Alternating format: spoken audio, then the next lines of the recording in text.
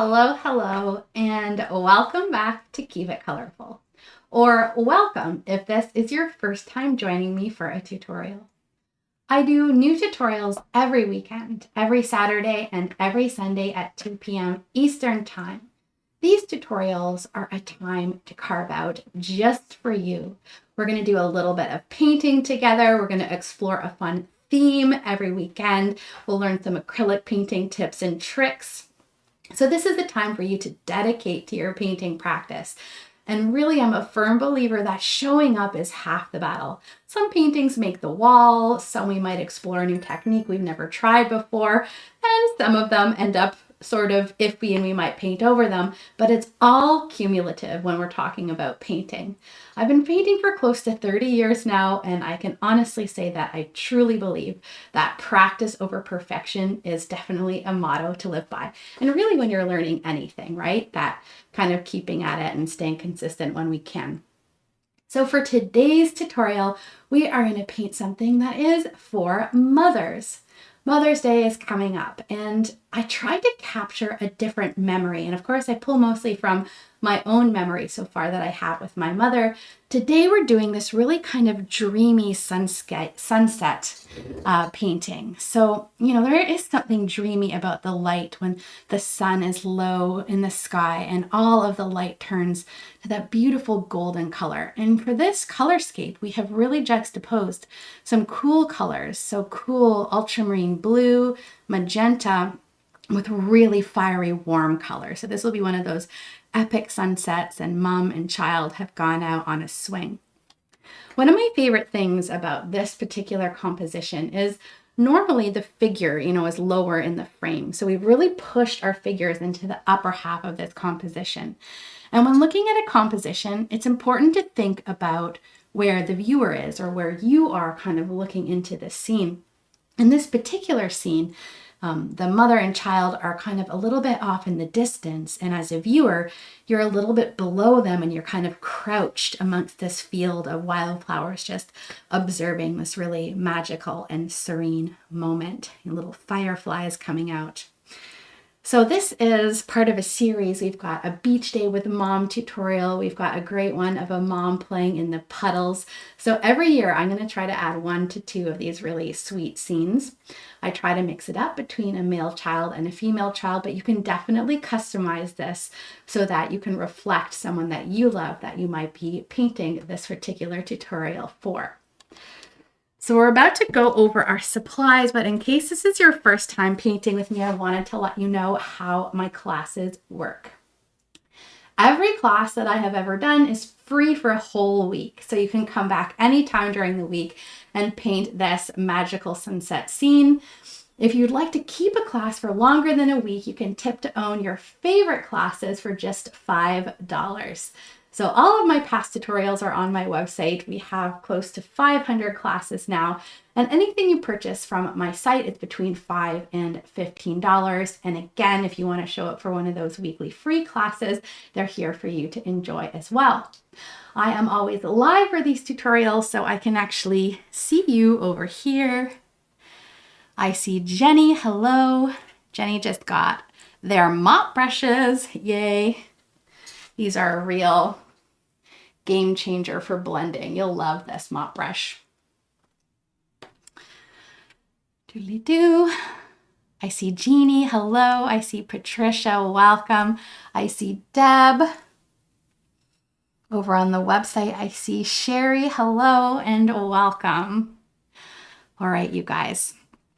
Feel free to ask questions along the way. If I don't get to your questions during the tutorial, I always hang out for a few minutes at the end of each class, and you can ask me any questions you've had while you're painting along.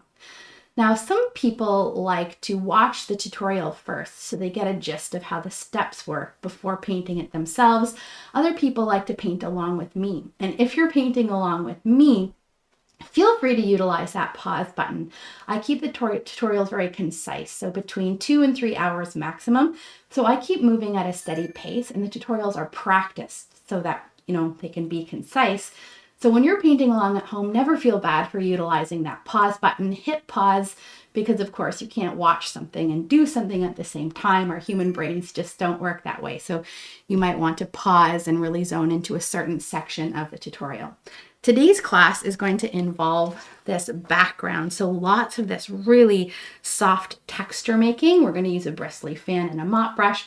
I'm also including a figure drawing tutorial. So working with our figures from behind, we'll talk about something called the 8-head figure, and human figures are measured in heads when it comes to traditional and classical style drawing.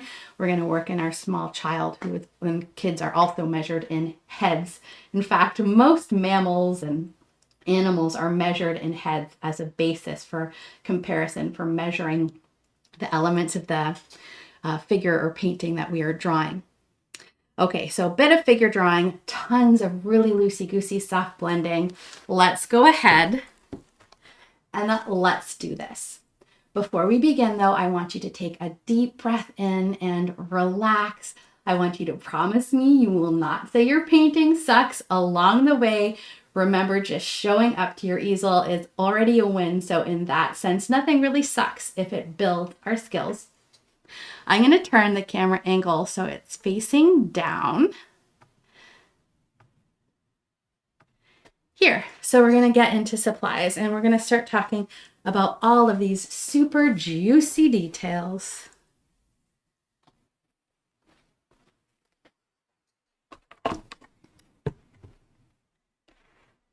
So first and foremost, you guys, you are going to need something to paint on.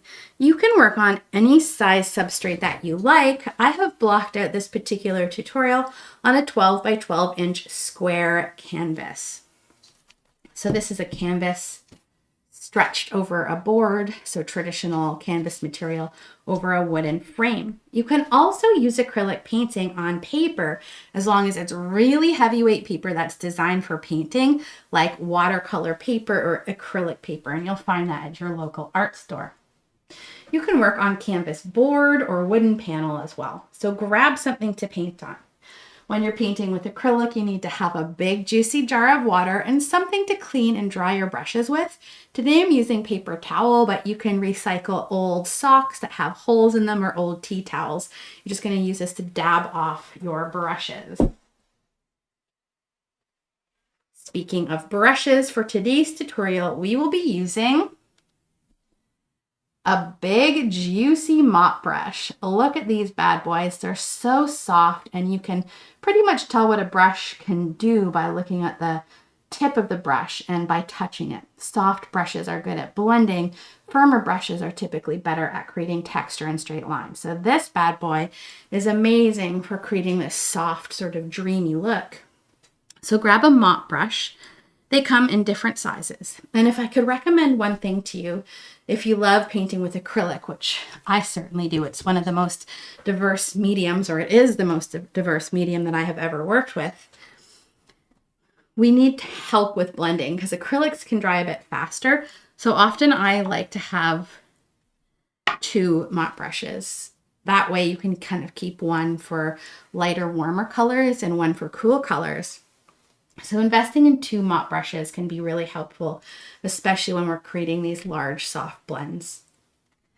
A quick note about the mop brush is just by nature of how they're made. So the ferrule, which is this metal part here that pinches the bristles, allows for the shape of the brush to happen. So these brushes are more prone to shedding than any other brush out there because this part of the metal part that kind of pinches the bristles together is left more open to allow the open bristle shape. So they will all shed, whether it's a makeup brush or a painting brush, a little bit, some more than others. And if you do get shedding, don't panic. Let that thin coat of paint dry. Then you can just wet your finger and really pull off any hairs. So grab a mop brush. We'll also be using a Bristly Fan.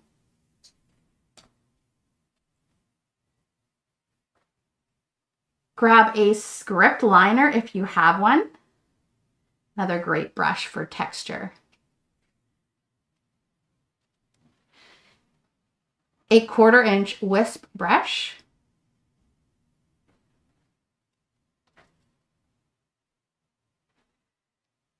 a little 1/4 inch flat brush,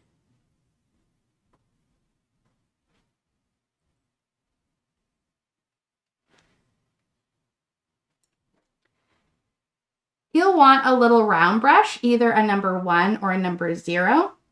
I use just a little number 1 in my painting, but either of these here are a great size for doing some of the tiniest details in the painting, especially in the rope, the swing, the rope on the swing. Grab a number 6 bright brush, one of my favorite core brushes.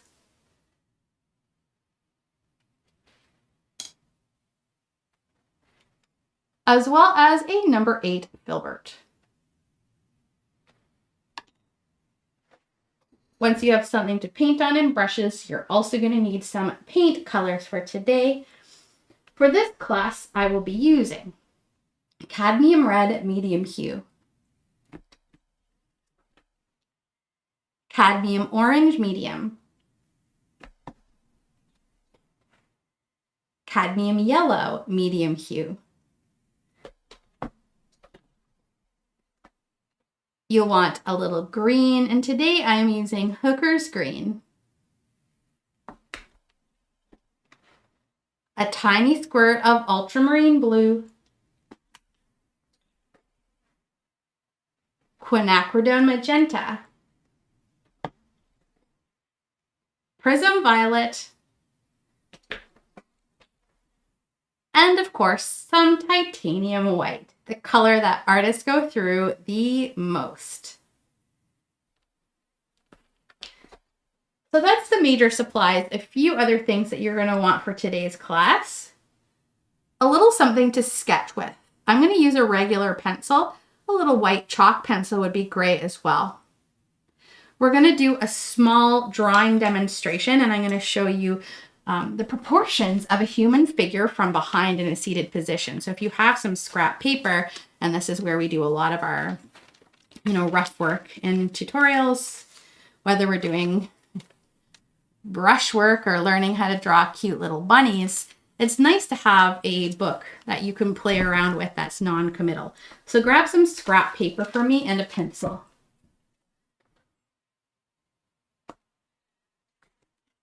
I highly recommend that you have a spray bottle full of water.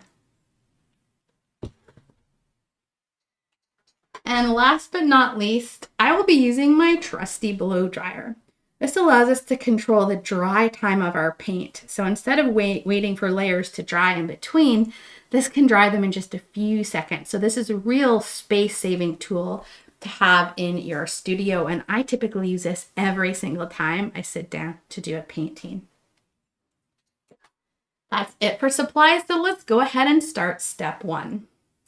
Now the first thing I'm going to do today is actually spritz the back of this canvas. It's really, see how loose the canvas is on the frame. This is an older canvas. It's got some scuffs on it. It's been through a move with me, and it's been sitting on my shelf for a long time. So it's a little loose. I'm going to spray the back with some water. This will help tighten it up. And you can brush water on as well. So if you don't have a spray bottle, you can just dip into your water bottle. And if your canvas isn't loose, you don't have to do this. This is just because my canvas happens to be very loose. And it's nice to have a nice firm substrate. So I'm going to wet the front and the back just a little bit. Really saturate that canvas. Okay. Good.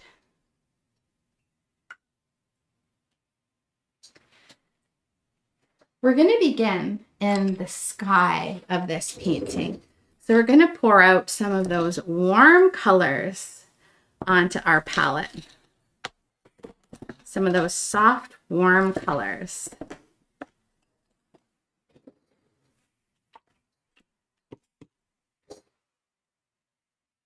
Squeeze out a very small dollop of your ultramarine blue. We don't use very much of this color, but we do use some.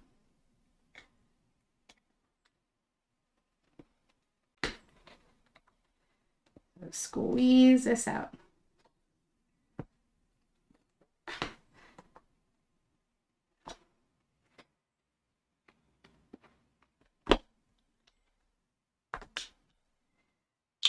Squeeze out some of your green.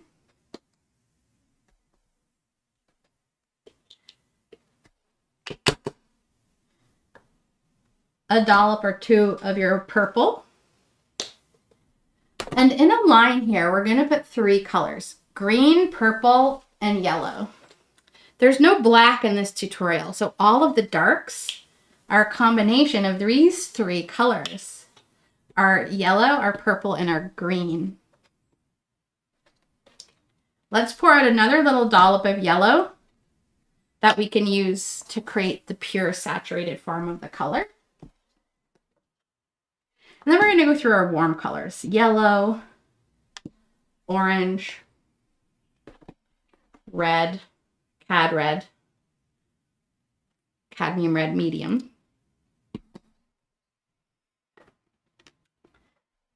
And let's also squeeze out a tiny little bit. We don't need much. A tiny little tidbit of magenta.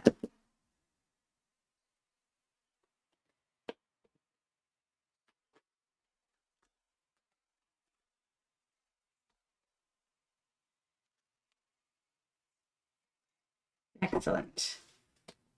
I want to mix a couple of colors before we start applying them to the substrate. I like to mix colors with my number 6 bright brush. It's a nice compact brush, and it doesn't soak up much paint while it's mixing, compared to some of the big soft brushes, that is. So let's squeeze out a little bit of white, kind of next to our colors here. I'm going to start with the yellow, and we want to have some of the pure color, and then let's take some yellow and mix it with a little bit of white. So you kind of get a medium yellow. I'm just going to push this white over a little bit, and then we'll mix some yellow and white so we've got a really light yellow. Then I'm going to come into my orange, and I'm not going to wash my brush. I'm going to take some orange and mix it with a little bit of white. Cadmium orange is a really lovely kind of pinkish orange, so I actually like to take a little bit of yellow and mix it into that cadmium orange.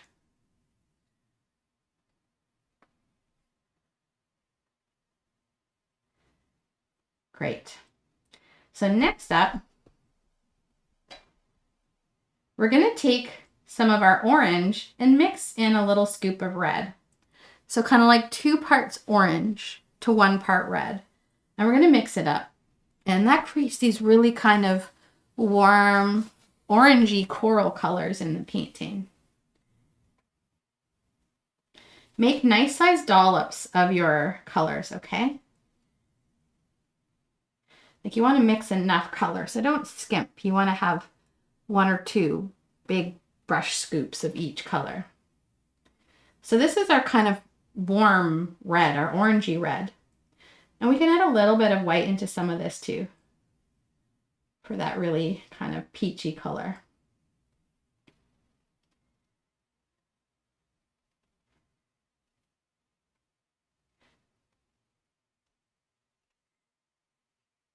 Now I do need you to rinse off your brush for the next color. These are all warm colors. And because we want yellow to red, adding yellow into the reds, which already kind of we're mixing our orange into them, doesn't really hurt the color mix. However, now we're going to mix our 2 cool pinky purples that are going to go right at the top of this dreamy landscape. And we don't want warm hues mixing with our cool hues when we want a nice saturated color. So now I'm going to rinse my brush. And let's take a little bit of white into some magenta and add it slowly. So you get a nice kind of dark magenta. And then let's add a bit more into some magenta. So you get a light magenta color. And it's okay to have a little gradient like this as you mix. And just kind of push your brush into the bottom of the palette so you don't have any more lumps of paint on there. Just kind of a little bit of residual paint. The last color we're gonna mix together is gonna be that homemade black color. It's gonna be that homemade black color.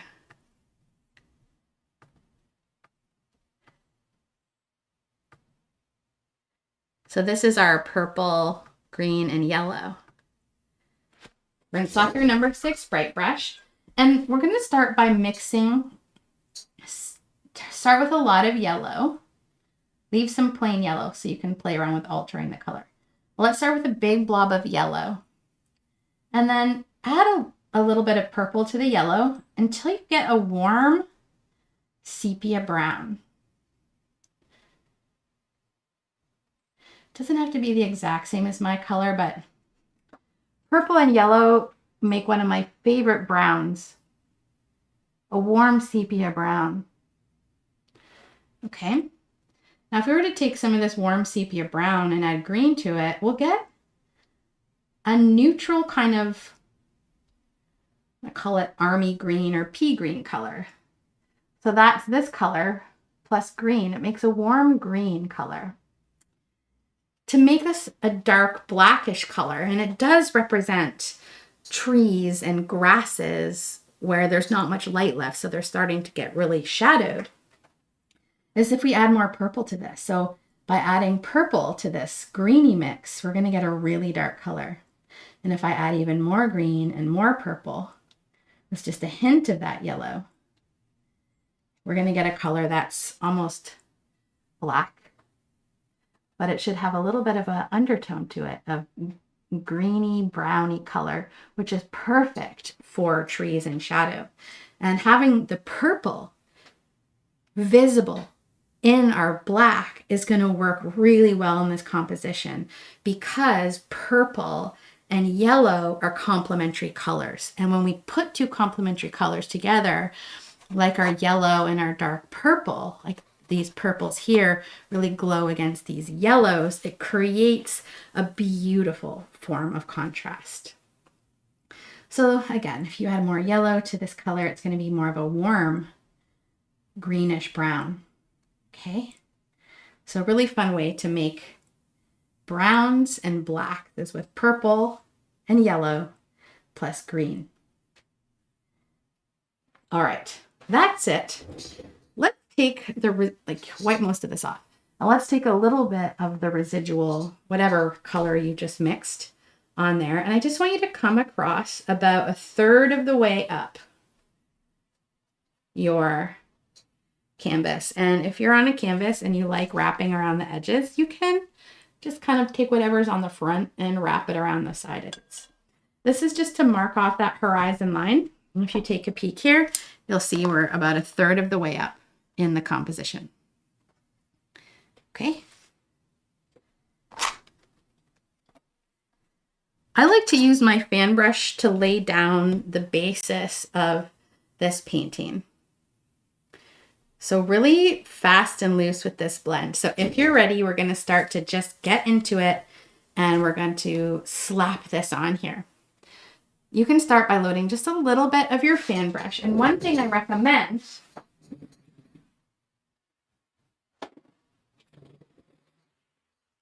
is make sure you have a couple of extra rags around for wiping your brush off in between colors.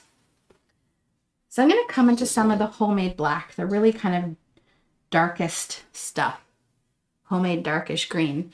And we're going to come up maybe about halfway up the side, and I'm just kind of scumbling and scooting around here. It's going to be a bit see-through in this first layer, and sometimes I'll just add more purple. I'm going to come about halfway up with that fan, just kind of tapping around, and I might even pull up a little bit at the bottom. And then we're going to create this other tree on the other side. This is just really soft and loose fields of color, okay? Come about halfway up, and then using that fan brush, I might kind of tap a little bit. If I hold it this way, the long skinny way, I can tap up a little skinny line. And if I use the edge of the brush, I can kind of create this little tree-like shape. You could add some more green or some more purple right onto the page, okay? Keep the horizon line pretty low because we're going to start to get into warm color. But let's get on a little bit of this. I like to think maybe this is a coniferous tree like off in the distance. And we're creating this opening in the center of the canvas here. Now come into that homemade black and we're going to start pulling up some of the shadow color from the bottom, leaving this little space open. So hold the fan brush so it's kind of about 45 degrees and just pull up. You can coat the bottom edge if you like. And we're just going to drag up, creating that little bit of an opening. And this is going to be loose and washy, and that's okay. Explore all edges of your fan brush. So if you hold that fan brush so it's flat, you can pull up almost grass-like textures by pulling up like this. If you hold it vertically, you can tap up and create these lines. And if you hold it horizontally and tap across, you can get really good looking tree shapes. If you hold it up the skinny way and pull, again, kind of getting into grassy-like territory. So this brush can make some really fun marks onto your page. And right now we're just blocking in those shadows. Again, it's going to look a little bit thin and not really opaque yet. We're going to build it up in 2 layers to get really dark, okay? If it's looking a bit washy, that's right where it should be at this point in the layering game.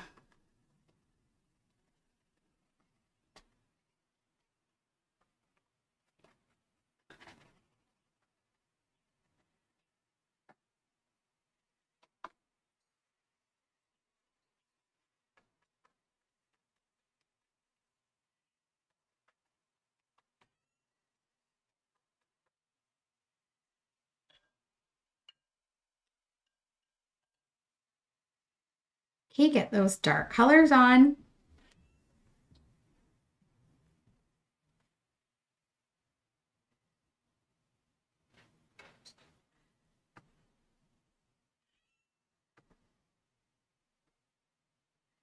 Good. If you're someone who finds that your paints can really dry out right on your canvas before you're done using them, that's why we have this spray bottle. You can gently mist your palette, and this will keep your colors really hydrated throughout the painting process.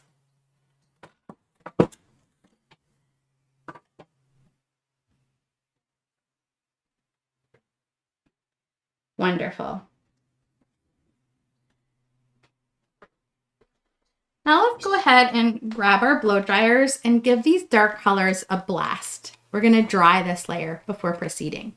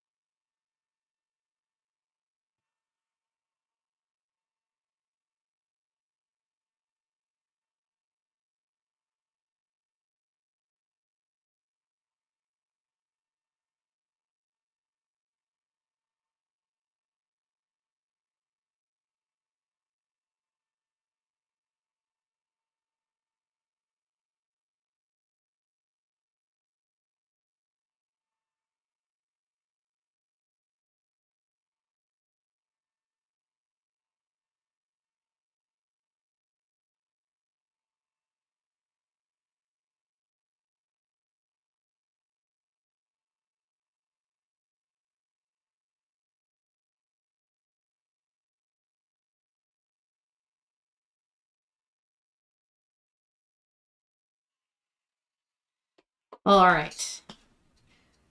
Once your trees are dry or mostly dry, we're gonna get into that sky blend. So I want you to rinse off that Bristly Fan brush for me. Push it right down into the bottom of your water cup.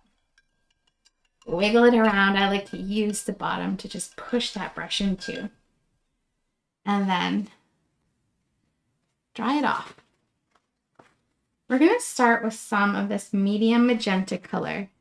And in this opening in the sky, come down a little bit less than halfway. We're going to start with the medium magenta and then work into some yellows and into some reddish oranges, which we're going to really layer right over top of this color. So let's grab a medium magenta. And I'm going to swivel some of this. Might go a little bit lighter here.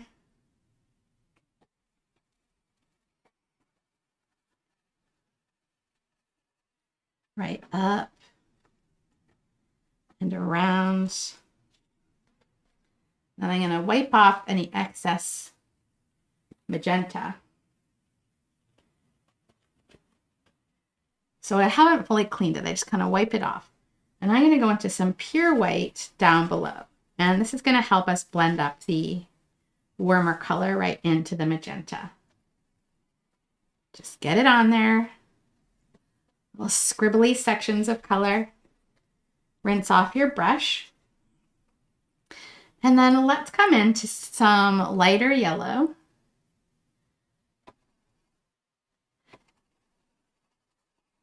Down below.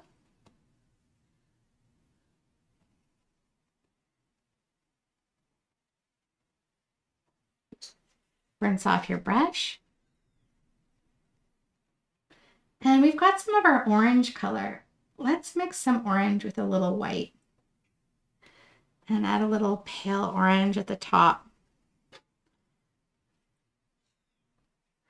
Just rinse it on a napkin. Maybe even some of this really pale cadmium red coming up into our cool red color.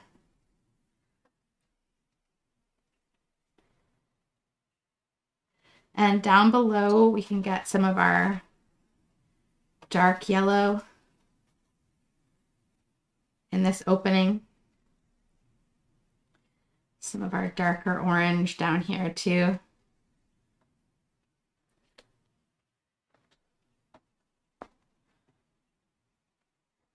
Let's keep these colors nice and saturated. If you want to add a bit more of your magenta before we start blending, do rinse off before going from the warm to cool color, okay? So pulling up that magenta. And as a final color in the sky, I like to rinse off my brush and add a little bit of white to some ultramarine blue. And then we're going to buff this all out with our mop brush. So a little bit of white and some ultramarine blue. And then this color, you can wiggle it right on top, right into that magenta.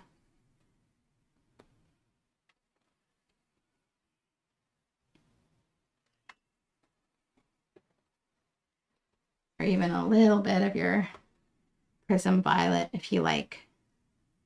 But we should get this nice transition in our colors. And then you're going to take a nice dry mop brush. I like to start in the warm color and just buzz it around.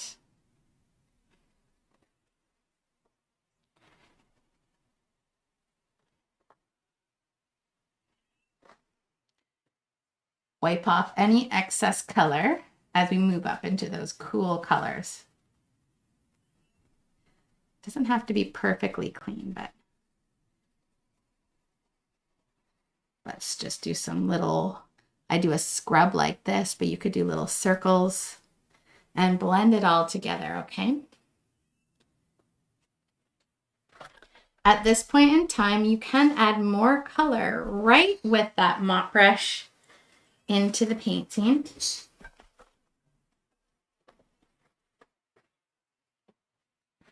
So give it a little rinse if you don't have to, and to dry.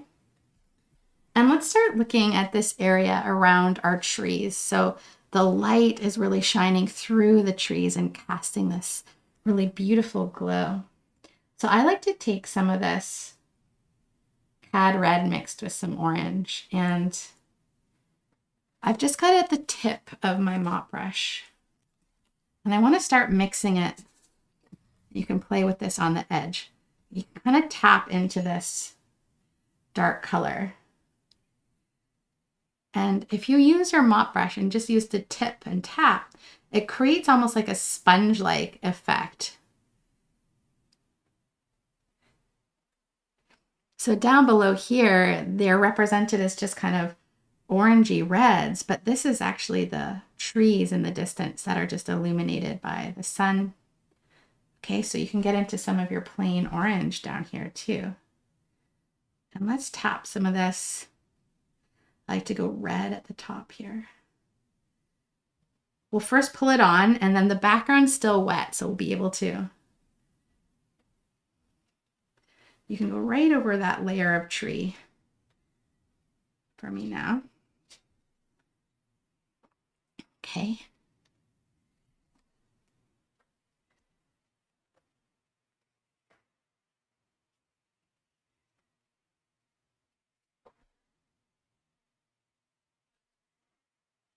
And pull off excess paint, and let's soften this into the background or tap it in. Just want to create that kind of dreamy look.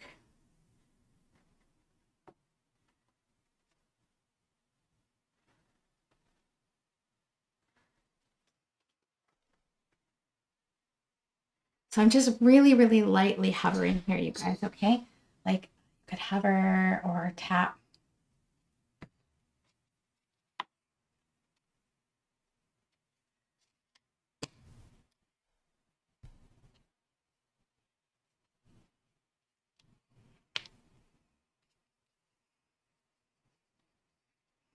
Just covering my edges here. So you're going to start to get this really soft blended look. And you can see we have to clean our mop brush off in between the cool and warm colors, which sometimes it's nice to have one for cool colors and one for warm. But I'm going to rinse this off with you today, so you can see when we need to rinse our brush. So I just added some cool color around the top edge. So I don't want that mixing in. So there we go.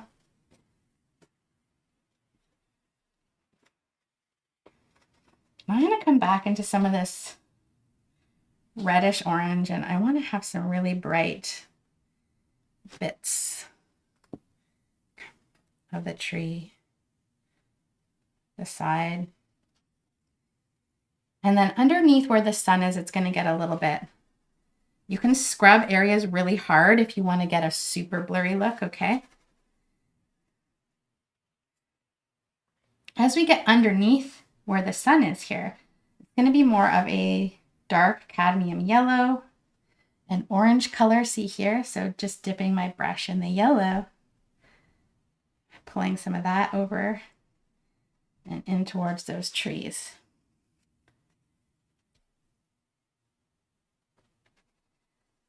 And you can add another layer of color as you go. So remember, we're going to start using the colors, kind of the way the sun sets, as you're going to get your, in the sky here, your yellow to your orange to your red to your purples and blues, okay?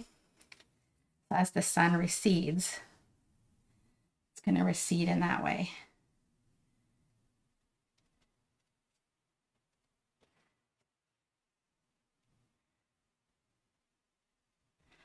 Yellow to a little pale orange. To those soft pinky colors, and then up into the real purpley pinks up top. Our magenta, or our magenta plus blue. I love playing with this part of the blend. Rinse your mop brush. Do not worry about hairs. If you get any hairs in, now is not the time to pull those out. When we're working with thin paint like this, 9 times out of 10, they'll just roll right off once it's dry, if you wet your finger or a paper towel. So we've got this area of kind of darker orangey bushes in the middle. And then I do want to keep it a little bit lighter right on top, just right here, to kind of separate the bushy area.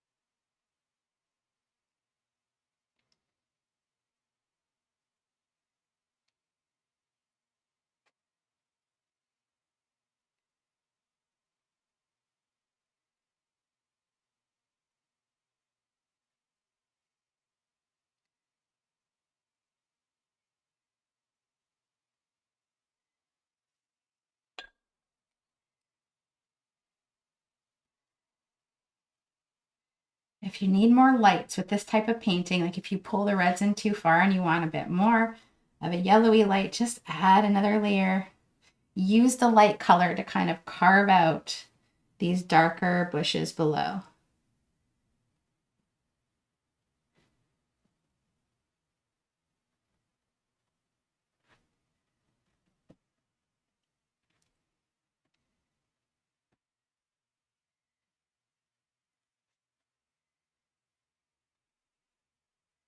When we apply paint really thickly with our mop brush like this, we can really blend into it for a long time. And now if you ever feel like if you live somewhere really hot and dry, your colors might be drying a little bit faster than mine. And you can absolutely mist your painting. It just has to be with a really fine mist. So the way we mist our palette to keep it hydrated, you can do that on your painting itself. But you want to make sure that your spray bottle is set on the mist. So not like a little sharp jet of water, like a big kind of puffy cloud of water.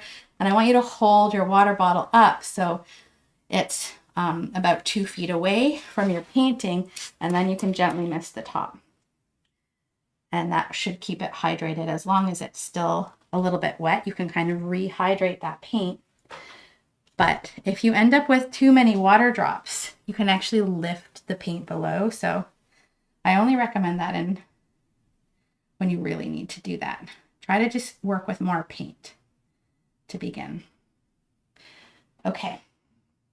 Once we have a nice juicy coat of color on here, let's return to our fan brush and add another layer of darks into these reds while they're still wet or mostly wet. Just the ones on the side, you can see it's getting lighter down below. So take that fan brush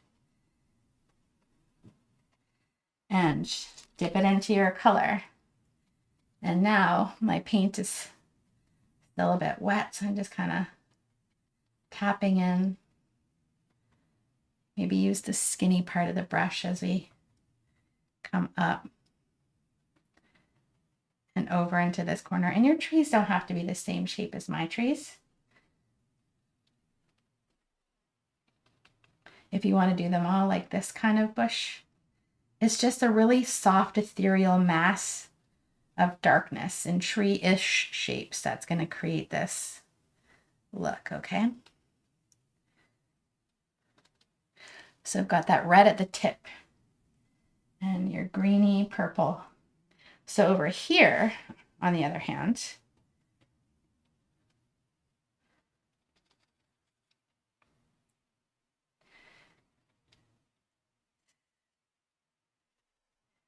I'm going to use my brush and I'm going to come up and kind of put lots of dark color at the horizon line kind of area. And then I'm going to use the edge or the tip and kind of tap up a little bit like a, once you get some paint, try to soften it around, get some different marks up there, okay?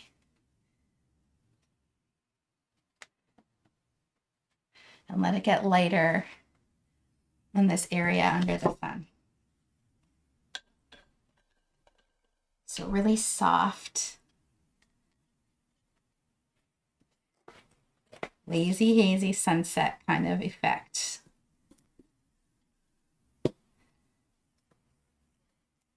It's still spring as we paint this. And spring is one of my favorite seasons. But we haven't had a warm day where I live yet. So I'm kind of dreaming of these warmer, balmy nights. We're going to take some of these colors into the ground of our background as well. I want this to be a nice, relaxing paint. This is the kind of thing that's really easy to fix. Should you get something where you don't like it, you're just going to let it dry and go over it with another layer, all soft, all misty, and really kind of fuzzy shapes, almost like a shallow depth of field, or like the portrait mode on your phone. If you've ever taken a photograph with a phone and used a portrait mode, it creates kind of a blurry background and just kind of the front objects are in focus. So it's called a shallow depth of field. That's really what we're creating here, is a soft blurriness with just a couple crisp objects. To come down below, so I might take actually a bit of my cadmium red plus orange.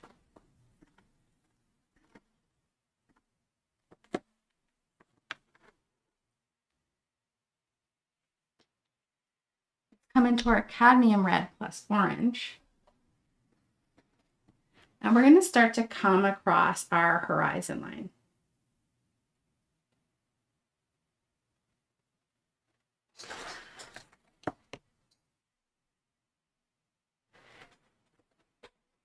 So mix some orangey reds, and let's just tap. I feel like I'm coming up on a bit of an angle. So I brought my trees a bit down. So I want to tap across underneath or wherever you want your horizon line to be, just with a little bit of this reddish color. There we go. And to blend this in, you can even pull it up into your sky and tree area. Just keep everything real soft.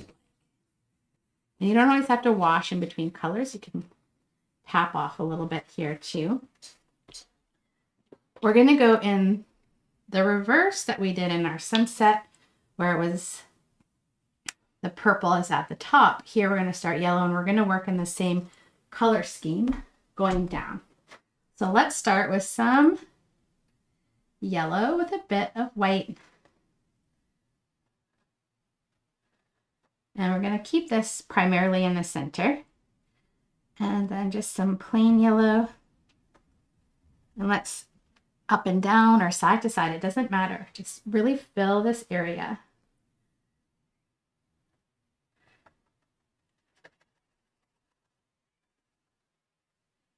I like to put some color on them, buzz it around and scrub it in. So here we have this line, and we're going to do that technique where we pull up. So here's that line. Now take your fan brush and not a big whoosh, but a little tap or whoosh, keeping it soft and blurry. You can even just tap into it if you like.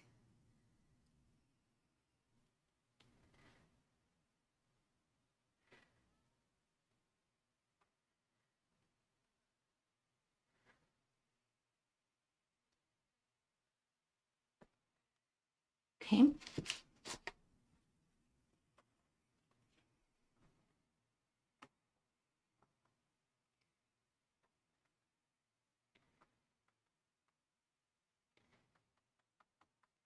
And you can pull down as well as up.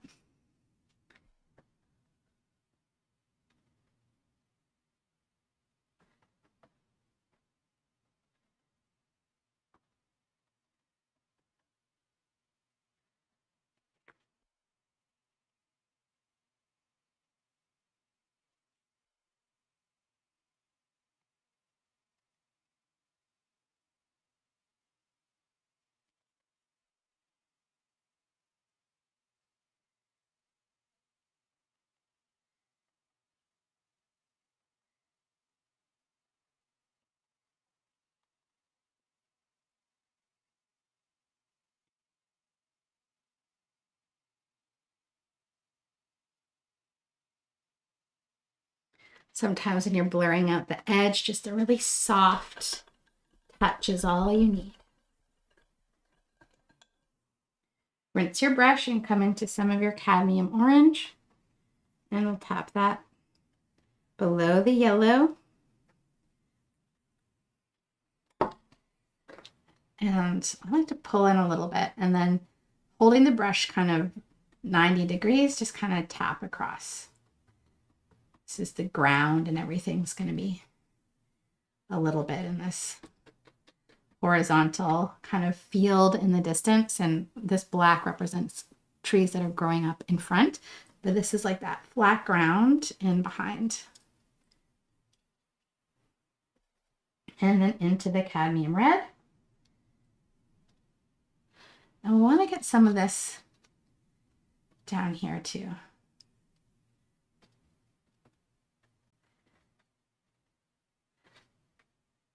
You know, the red light is one of the last colors in the visible spectrum to be seen as we fade to darkness.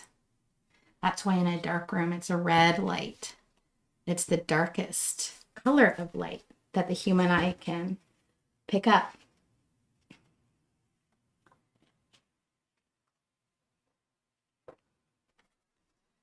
I like to have a little bit of red in here. Keep it soft.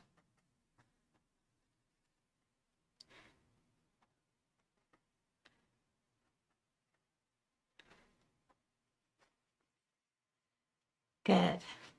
Hopefully you are working into a lovely glow in your composition. Just enjoy these colors. If anything I'm doing isn't working for you, use your intuition and work it until you're happy with it.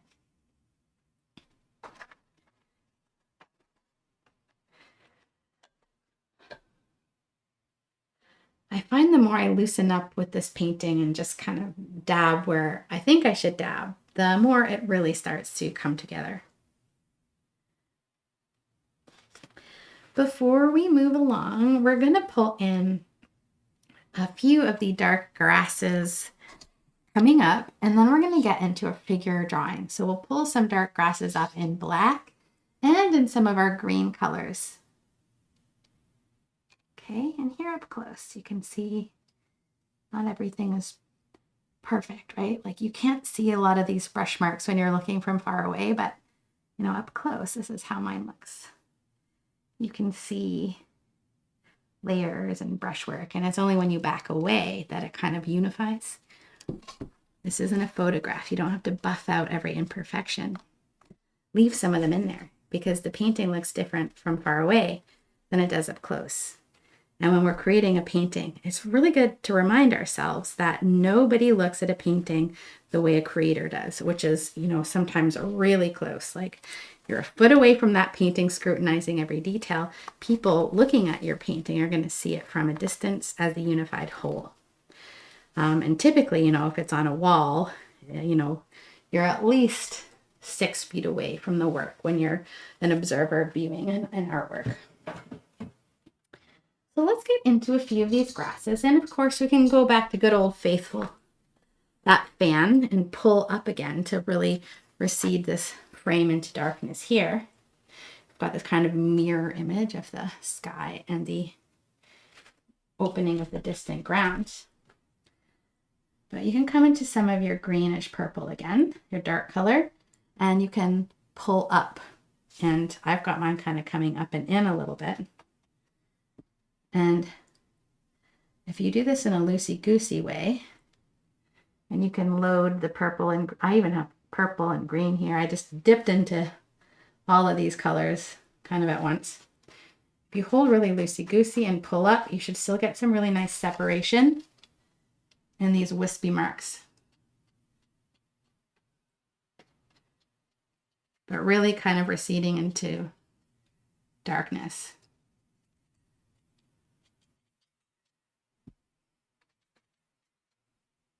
So if I use a whole fat edge of my fan brush, pull up or pull down, or even both, and blend it, you can get some really lovely directional wispy marks. You can also turn this brush. So instead of using the fat side like this and pulling, turn it up the long way like this, and you can pull up some skinny marks. If you add a little water to your color here,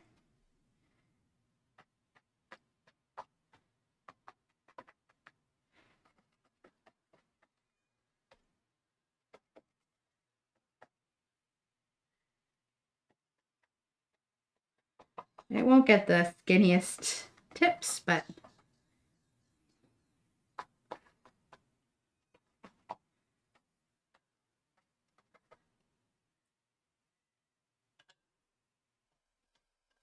again, even if you don't like something you did, because we're working fast and gestural, you can just blend something you don't like out and then add more yellow on top. Okay. No stressing today because we can tweak anything. Now let's come with a more refined tool for creating these long skinny grasses, and that is the script liner brush. That's this one here. Okay, wet your script liner, and if you have some of that original green, this is the lighter green, which was our purple and yellow. There's just a little green in there. Add a bit of white to this color, so it should be kind of a light warm green color. Yellow and green with a bit of purple and some white. And then we have a color that you like. I'm going to go the nice warm green, yellow and green with a bit of purple. Make your paint a lot more runny. That is how the script liner holds paint, is it needs to be really fluid. Okay? Really fluid.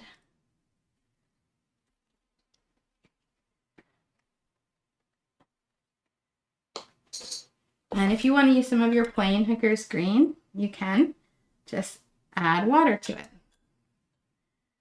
Make it nice and runny.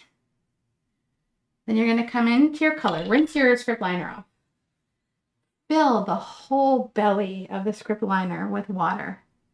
So it is a wet brush. See how shiny and wet this brush is with water. Then dip it into the runny paint. And you should be able to pick up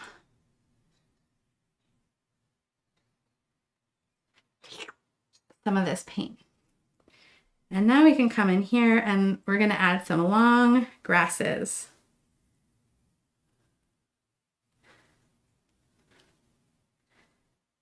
I hold my brush far away so I can utilize my entire wrist.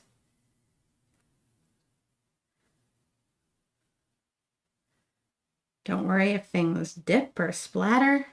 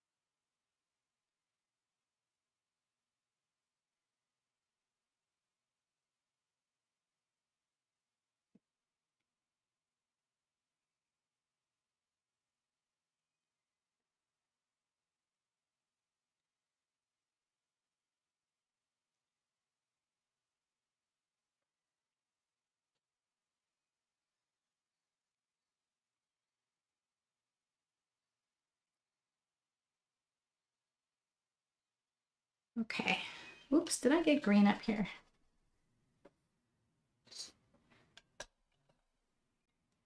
I did.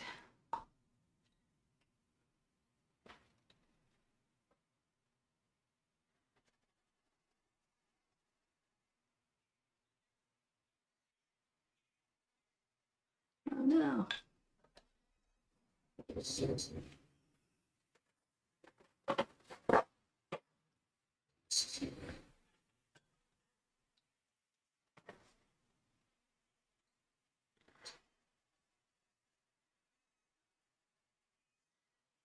Shoot. I got some unintentional blue on here. So now I'm going to try to do a bit of damage control with my mop brush and just blend this out with a bit of paint and water.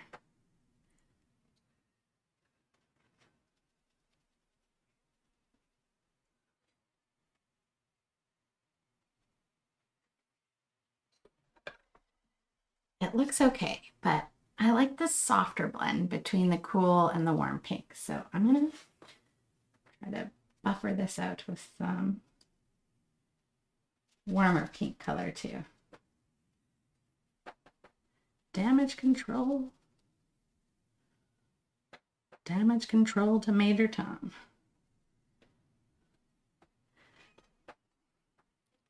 There we go. Okay. Whew. I like that soft line.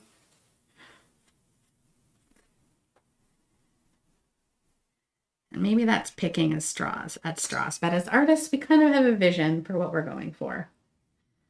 Sometimes accidents happen and we end up with something a bit darker or lighter than we intended, but that doesn't mean it looks bad. This is just darker than what I had and I wanted it lighter, but I think it looks pretty good too. And my motto is work with what you have and try to finish every painting. That way you'll kind of take it to the end point. Maybe you'll even push it too far. And in my experience, the best learning opportunities really happen when you push a painting too far. As an artist, it's hard to know what too far is. And by too far, I mean what's too much splatter, what's too much blending, what's too much saturated color. And you only get to know how you feel about these things by doing them and either liking it or not liking it. And that's why I believe there are no mistakes in art. Because even when you push a painting too far until you don't like it, you can't actually decide what you like or what you don't, again, until you experiment with it. This is our background and it is on except for the sun. And I purposefully didn't place the sun because we may have a slightly different position of our figures in this painting today. And as such, we'll place our sun once we get our figures on. So at this point in the painting, we're going to let this dry and then we're going to start getting into our figure drawing portion of today's painting.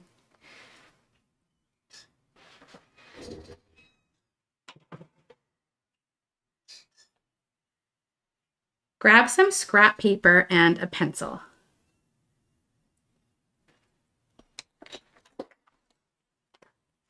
If you don't have one, I'll wait for you. I need to find a clean page in my book. So grab a pencil, grab some paper. You can either enjoy just watching this demo or you can follow along. So let's talk about the human figure. The human figure is measured in heads. And they talk about the ideal human figure. So obviously there's different variations in body size and type. But you know, the 8-head figure is kind of this perfect Michelangelo's David style statuesque human figure. I'm short, so I'm probably not a full 8 heads tall, but we're going to use it as a basis to start here with our figure drawing lesson. So if we have half a human figure, and by the way, the first 8 heads actually end right under your pubic bone. So from the top of your head down to the bottom of your bum or your rump, that's the first 8 heads of the figure. So when we're talking about a figure from behind like this one, she is going to be 8 heads. And I could take my white pencil and show you. 1, 2, 3, 4. So we're going to see her broken down in these 4 head measurements. 1, 2, 3, 4.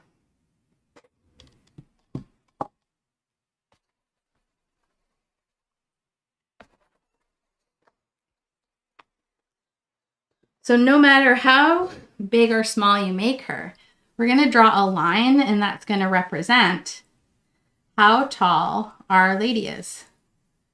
This line will represent how tall. And then we can cut it in half, this line. Because whether you draw heads or divide it in quarters, it doesn't really matter. Okay, so here's my line, and I've divided it in quarters. So these quarters are what matters. And we can draw them as heads if we like. So one, kind of oval shapes that are a bit bigger on top and smaller on the bottom. 3, 4 heads fit into this line. And we draw a head shape. It's important that we don't do too circular or too skinny, because this will be a really long head and then our proportions will be warped.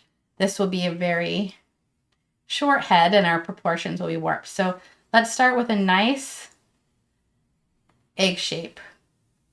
A little something like this for our human head, okay? An oval.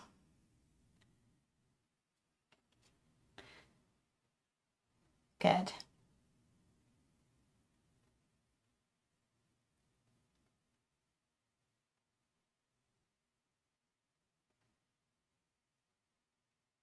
So just a little bit above one head, we're going to have her natural waistline, and it's going to pinch in a little bit. Our rump or our hips are roughly 2 heads wide. So you can kind of imagine 2 heads wide and coming up 1 and about half a head. That's where the waist is going to be. So we're going to sketch down her lower half here. Her rump. Those 2 heads sure do look like little butt cheeks. I promise this is not X-rated. It's just a measurement. Okay, so our 2 heads pinch in a little bit at the waist. Okay, and then we have our head. The neck is going to come down under our head. And then the rest of her is her torso. And the torso itself, kind of coming from that center line, is going to be 2 heads wide, just like the hips.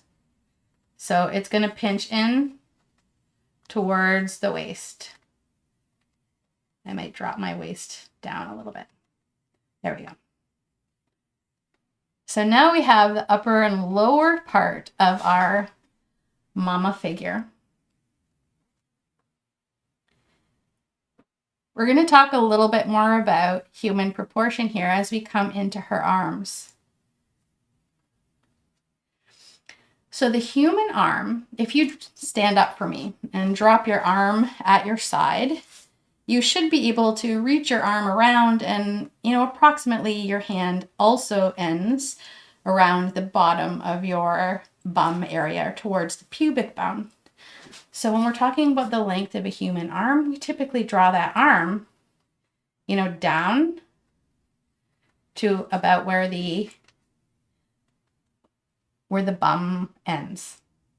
And halfway through would be, say, the elbow. For this particular painting, Mom is holding the sides of the swing, and she's got a really young child sitting next to her. So we're going to raise her arms up.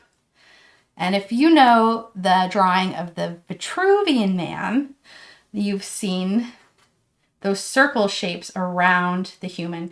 And that's because when you have a point of motion on the body, this will kind of almost represent a circle around our human. So we've got a circle around the shoulder joint. Her arm, as it's straight, will fit into that circle.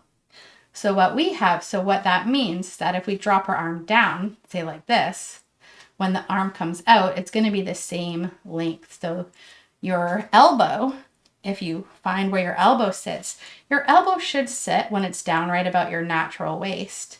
So we're just going to bring that up because her arm is pretty much coming straight out. So it's going to be the same length. So her arm's going to come out of her body like this. And your upper and lower arm are about the same length, and her arm kind of comes up like this. You're going to make the upper arm a little bit smaller. So here's her upper arm. And for the hand on this arm, we'll give it a little shape. We can give a little bit of shape to the forearm if you like. And then this particular hand, which is resting on the outside of the swing, is going to be coming up and in like this. Okay, and our swing is really sitting right under their butts.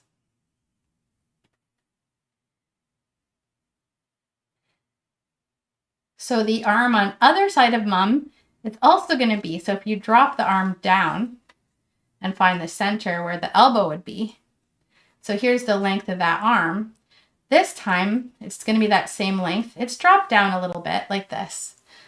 So they should be the same length no matter whether the arm is down or up. So this arm's up a little bit more. So let's draw this arm coming right out of the torso here. And again, that forearm is just going to bend straight up. And then for this hand, you can almost draw a little come up and in, almost like a little diamond shape where it's kind of grabbing the swing on the other side. And her arms are going to indicate how wide the swing is because she's holding on to the swing. So this is why I like to draw her first, because she will really kind of indicate how far out the swing is on each side. Our little human isn't an 8-head figure. We typically, when we're talking about a kid that's 9 or under, is measured more like 6 heads. We've got a small child, so we could go 1, 2, 3 heads, and he kind of snuggles in right underneath her arm here. If you want, I have the kid just kind of sitting up next to mom. He's kind of leaning into her a little bit, but you could snuggle him even closer in. So here I dropped her arm over and put their arms around each other. But you see that 3 heads. Okay, and then remember the arm, no matter where it is, it's going to be the same length. So whether you have his arm kind of coming in front or reaching around, the arm is going to be the same length. So here we go. We've got our little 3 heads for our fellow. Okay. And he's going to have his little rump.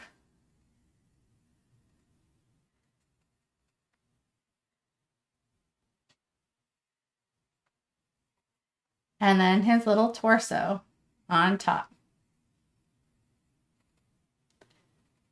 Little neck and a little torso shape. I could draw cleaner lines. So the head, the neck, the torso, and then the little bum.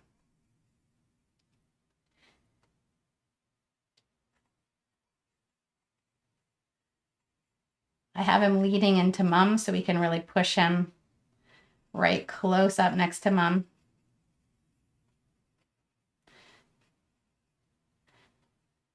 Give him some little ears if it's a boy. If this is a girl and has hair, we'll do the hair the same as we do on mom. Kind of cascading down. Or if it's a windy, blowing, and you could have little hair or little pigtails, right? Or longer hair if it's a girl. So if he's just leaning into her, the other shoulder is kind of in front. And then we have his little hand. Again, his arm, if you dropped it right down to his side, would be this long. So if we come out and I have him holding on, I think it's pretty natural when you're on a swing to want to grasp the rope. And we're going to represent his little hand around the rope, almost like a little C shape, okay? Like a little C shape holding on. And we'll do this all again on our canvas. I just wanted to go over those basic shapes with you first on paper.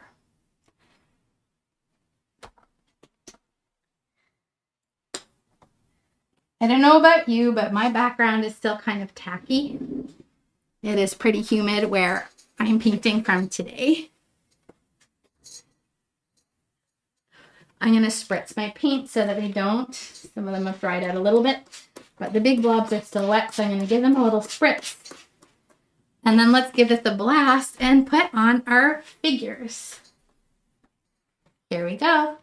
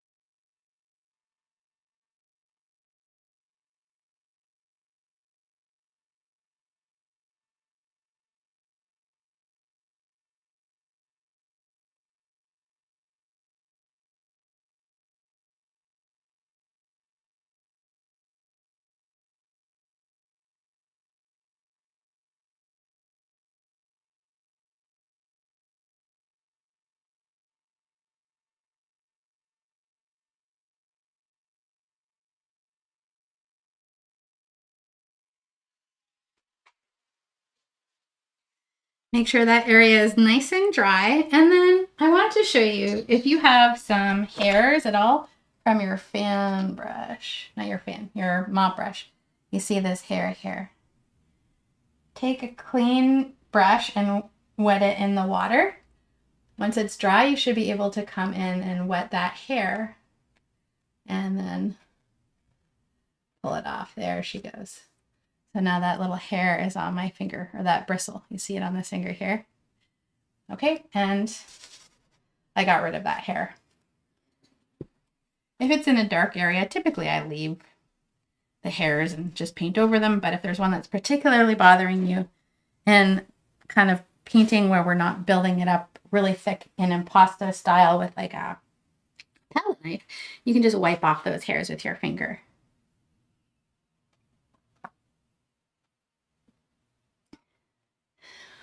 So we just did tons of wet on wet blending, primarily using a mop brush and a fan. And this really warm, dark, and soft colorscape. And we went over the 8-head figure, well, only using 4 heads, because of course we're drawing her from behind. Now we're going to sketch our people right onto our canvas.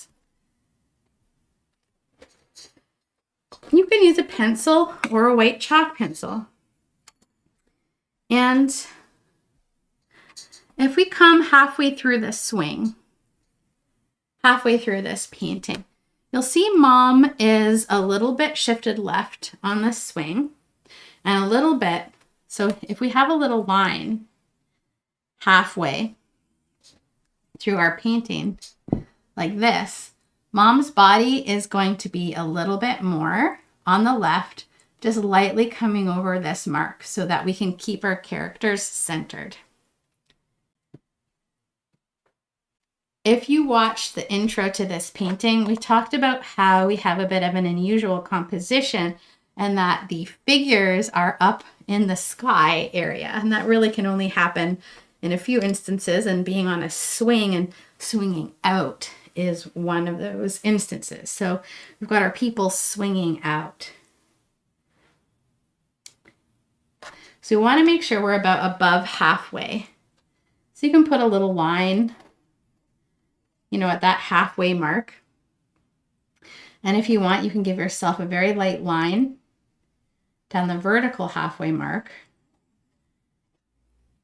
So Mom is going to be mostly on this side, but she is going to kind of cross over just a little bit. So the center of Mom's body is going to be, let's see, here's center of the painting. So her center, the line down her spine, is just on an 8 by 8, about a centimeter over this way. This will be her spine here. And then we can lighten this line. It was just to kind of help place where we want Mom to be. And you can decide how high up in the composition you want her to be, like this. Divide that line in half, okay? And then divide these sections in half again, so that we've got that 4 head figure. About 1 head up, like 1 dimension up from the bottom, is her hips. Her bottom is going to be about 2 heads wide. You're going to pinch it in at that natural waistline.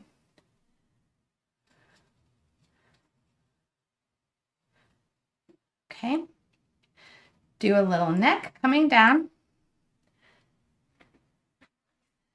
And then the rest of her is going to be her torso, which is also 2 heads wide. 1, 2.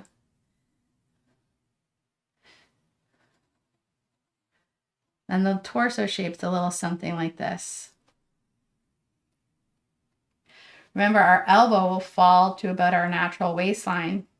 So however long this is how long it's going to be coming out to the side, okay? And we'll give her a bit of a shoulder here. So shoulder kind of coming down a bit. And then we'll have her arm coming out this distance from here to the waist. And then bending up and give a little bit of curvature to her forearm. Okay. And this is going to be where the rope of the swing comes straight-ish down. Okay, her hand is going to be resting upon it. And for that hand, you're just going to draw the bottom of the hand coming out and pinch in. This is those fingers coming around.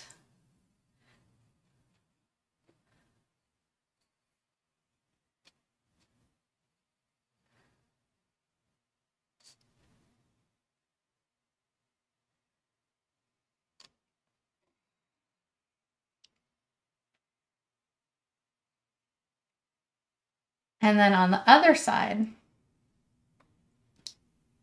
you know, her arm is going to come down. The length of it will be to the waist.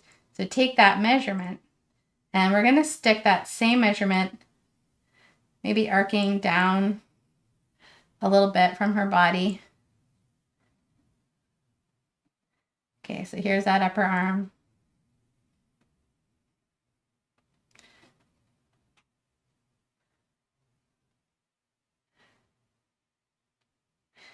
And then also kind of coming straight up here.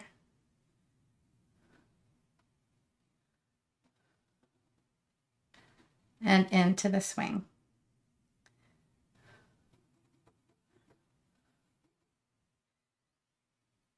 And here we're going to draw her hand a little shape like this,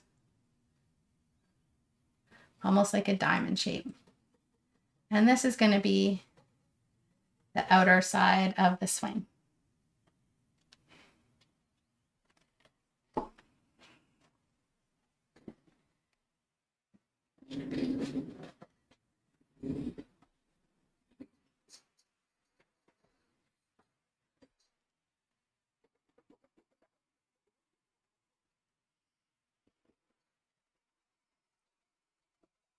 I like to have the swing kind of in the center third. So I'm going to pull this in and I'm going to bend her arm up a little bit more. So it's a bit more straight up. There we go.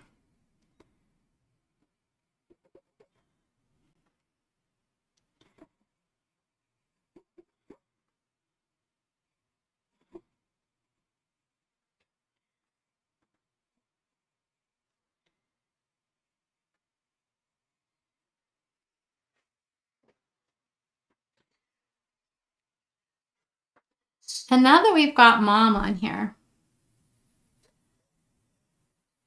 we can draw the swing.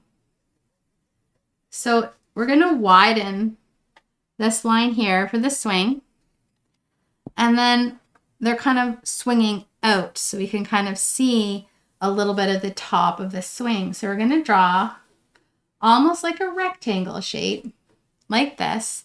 But you're going to arc this line out this way, kind of just past the rope of the swing here. And then a little bit on this side too, like this.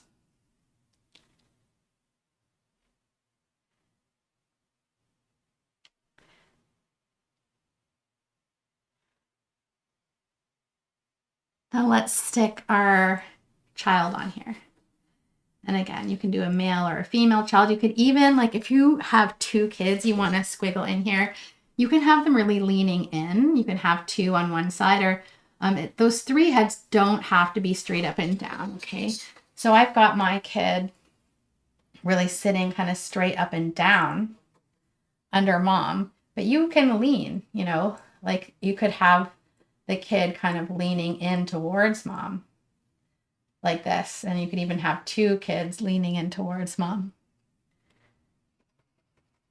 to really snuggle them in there, or one on each side. Okay. So remember, for our child, you know, he's going to be about this wide. And 3 heads long. So one, that head is right under Mom's arm. And then can do a little neck, come out and down at the shoulders.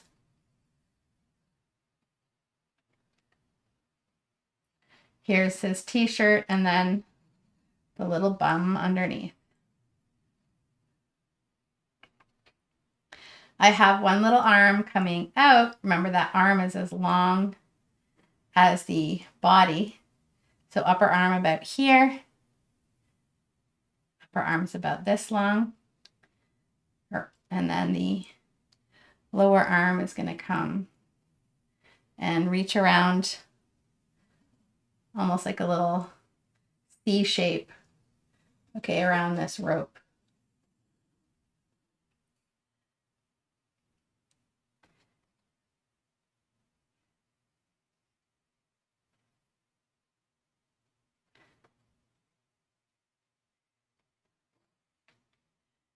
Okay. So they're just staring out at the sunset.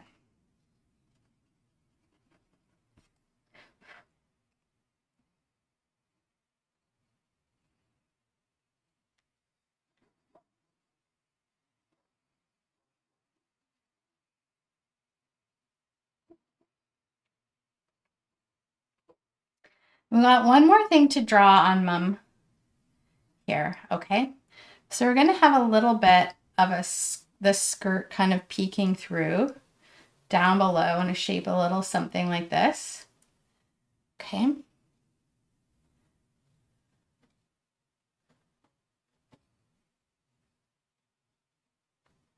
So a little bit of that skirt kind of will be peeking through down below.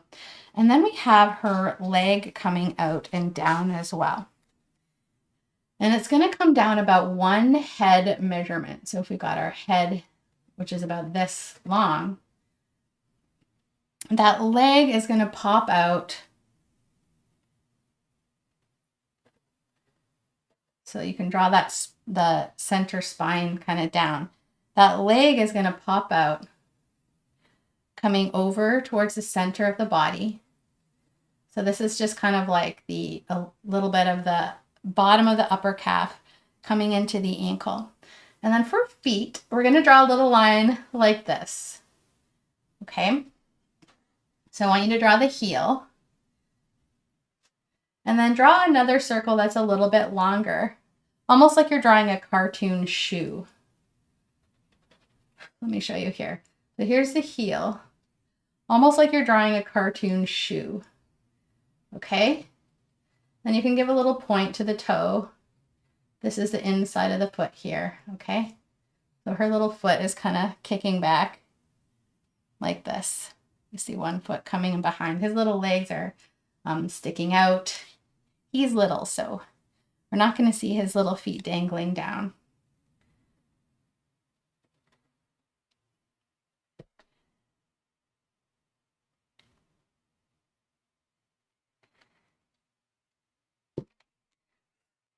Now for her hair, the hair is really going to come out so it's a bit wider at the bottom and narrower at the top. And I have her hair really flowing down her back like this.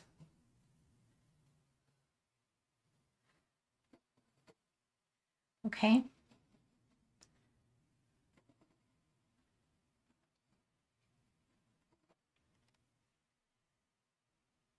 It's all going to be in shadow with just a few highlights to really kind of pop it out.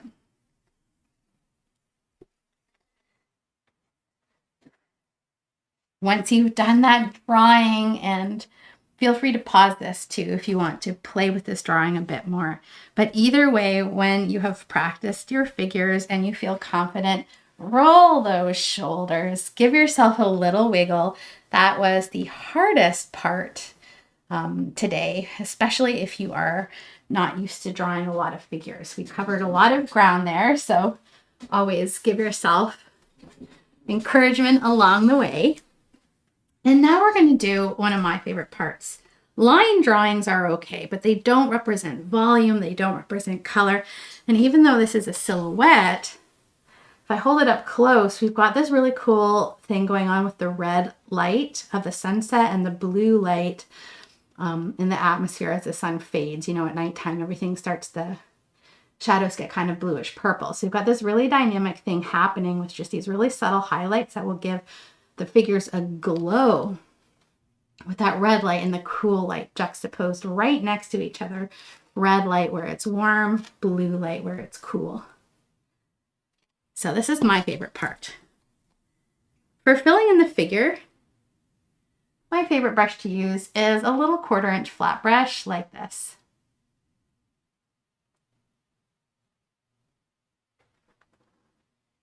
We're going to use some of our homemade black. So if you don't have any, make a bit more. Your purple and green and yellow. I can even add a little red in there, which will warm it up. And this time I'm going to add some ultramarine blue as well. Don't add any colors with white. We're after a really dark color that's close to black, okay? Really dark. And let's start filling them in.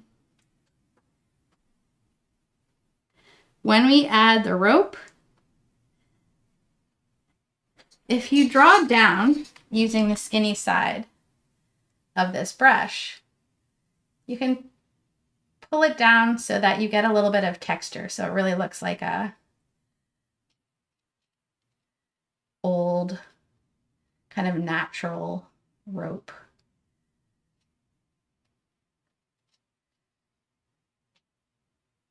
And let's do the rope on the other side. Do little dabs down the pencil line that I drew.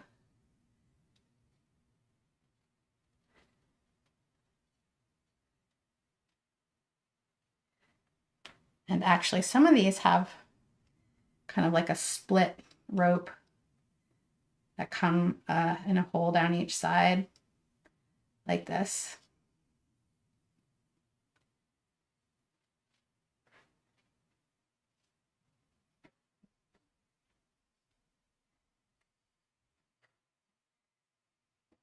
come in under the swing, but let the line kind of disappear where the figures are. So don't fill it in underneath the figures. We're going to have it turn into a red color underneath the figures.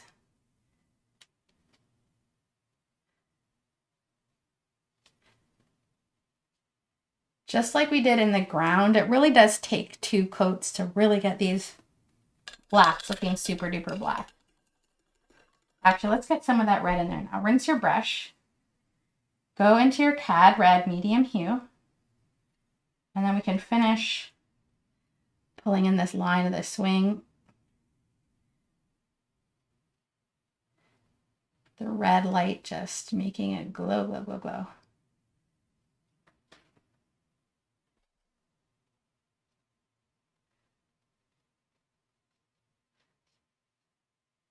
And then we can pull down, kind of have this little triangle shape. Let's pull down under Mum.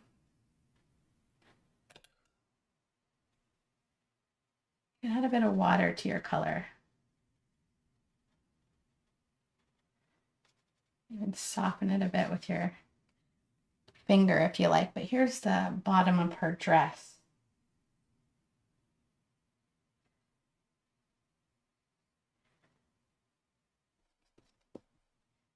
Then go back into your homemade black color.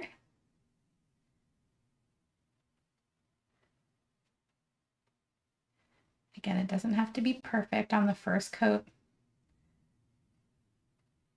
She's wearing some clothing, so it's okay if you need to or want to add a few little wiggles, ripples into her outfit to really make it look, especially at the edges here, like she's wearing something that has drape to it.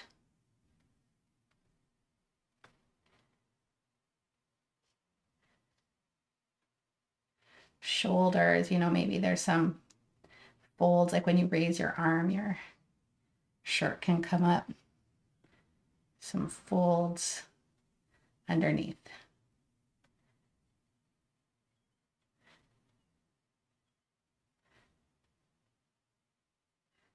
Again, don't worry if it's a bit see-through. We've got some fun layering to do on here.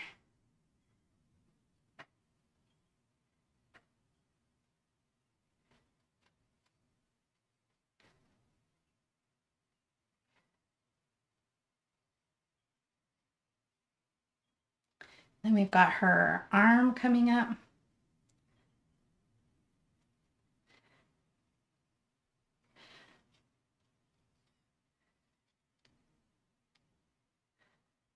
Almost like a diamond shape for that hand, okay?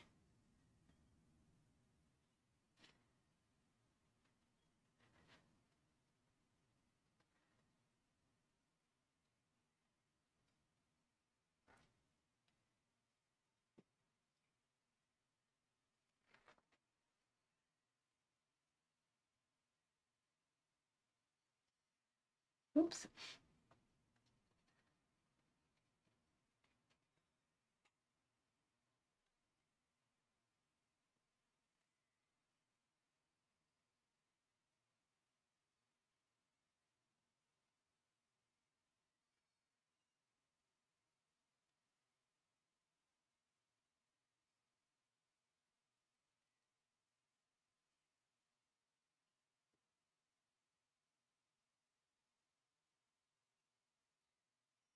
And this hand is going to be just resting around the swing. Hair coming down. And it will come down her back.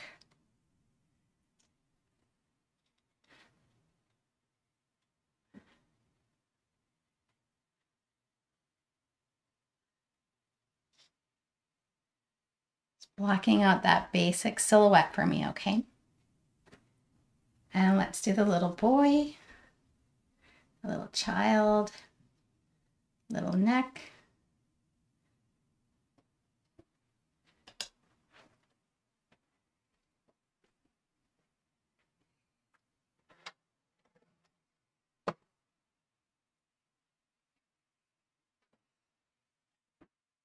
Little head, little shoulder pressing right into mom. And you can have a little blue shadow here too to help keep them separate if you need a little barrier, since we're into shadow colors.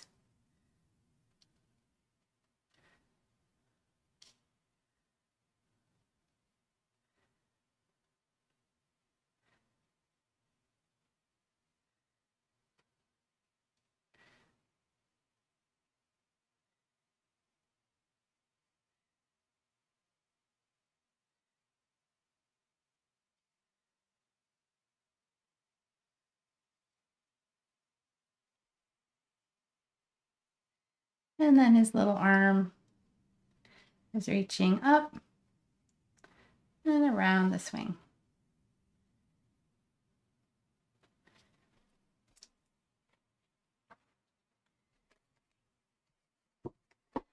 We've got our silhouettes on,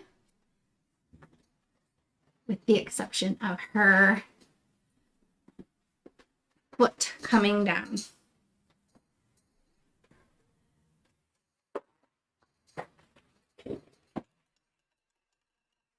Now let's go ahead and take some of our cadmium red and mix in some purple or some of your homemade black. So it could be kind of like a dark purpley burgundy color.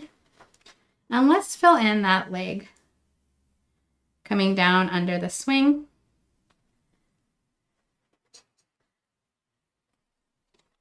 And then we've got that foot, the ankle, and our toes coming down.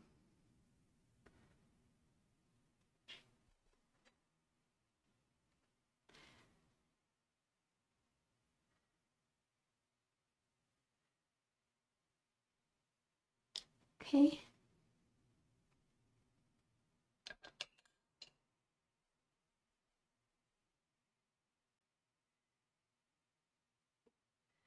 Now I want to take some purple and yellow and make a little brown color. And let's fill in our swing, the upper part of our swing. It's all going to be very dark, and then we're going to add some highlights to really enliven this part of our painting. So purple and yellow. Make a little brownish color. So layer one into our mother and child figure. In layer two, we want to start highlighting these two. And we're going to use both warm and cool colors to add highlights.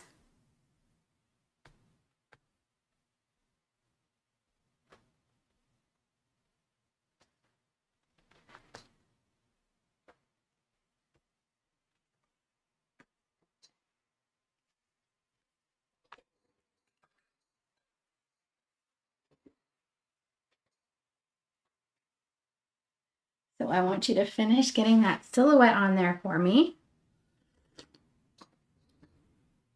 So nice to paint with your favorite Painty Day beverage. I've got some herbal tea today.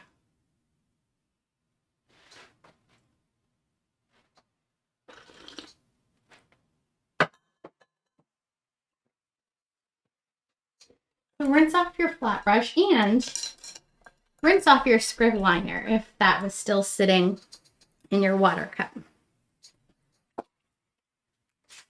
Spritz your paints anytime you feel like they might be drying out. But a good rule is to spray your palette about every 15 minutes.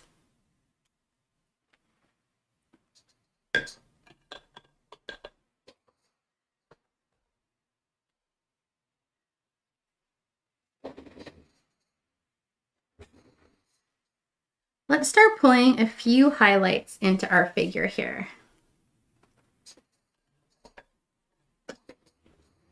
Hang on, you guys, I've lost my favorite brush. I thought I just had in my hand.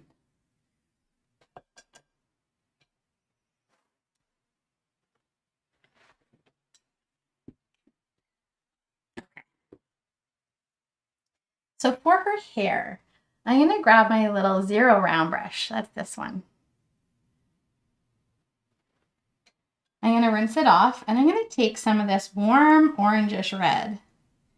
You can even add a tiny little bit of your lighter red. So you've got really this juicy kind of dark coral color, like a deep orangish red. Add a bit of water to your paint and make sure your brush isn't super gobbed up. It's just got a decent amount of this liquidy paint on the tip. And we're going to kind of rim these guys in light. So some light around the outside of the figure. And you can go right over top of them as well. Check that you've got just a bit of paint on your brush. And then once you've got some of this kind of runny paint on here, and there's not too much on the tip of your brush, we can loosen up some of those hairs and really get it looking like flowy. I'm going to put a little bit on this side too. So she's kind of rimmed in warm glow. Take some of this same red down her side. You can even pull this right over top a little bit.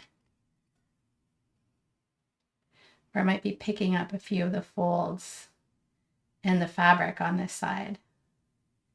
Or down the front of her body there. It's amazing how just a few of these marks can really insinuate her form. So I'm going to have kind of longer hair, so it's kind of flowing down her back. So I'm going to take some of this color and I'm going to insinuate some hair flowing down. And everything on this side is going to be in this reddish color, okay? Pull a little bit under her arm.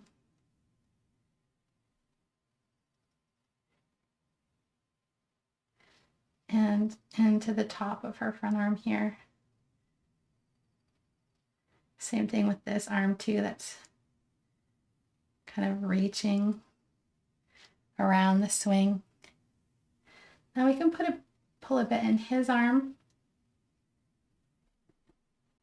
We're glazing over a dark color, so we're just giving them a bit of a glow.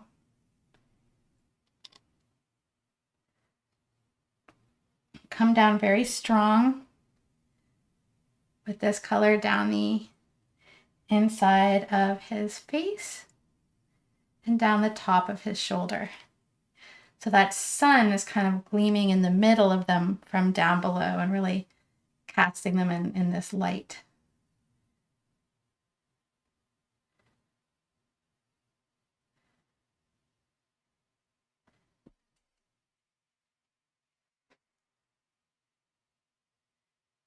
I'm going to come around the whole kind of upper part of his head a little bit. And we really want to insinuate that red right in the middle of them.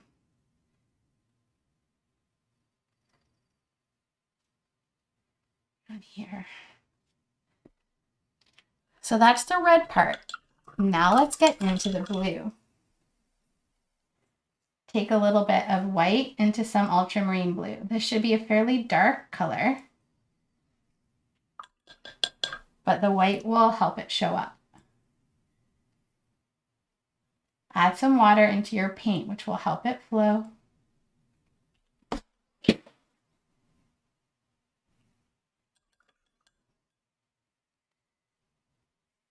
Kind of a ultramarine blue color. And we're going to have a little bit of that coming down the side that's furthest from the sun. Just a few highlights into her shoulder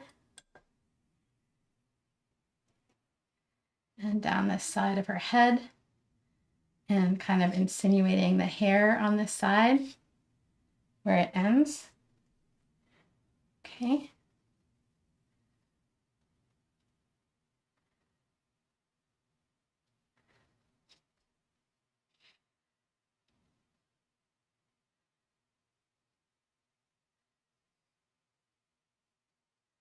Pull a few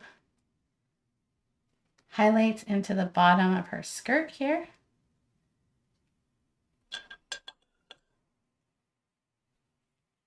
Where it might be flowing around her body. And we'll use some of this blue to pull a little highlight into his shirt, a few little ripples into the fabric. You can use water to help soften this in.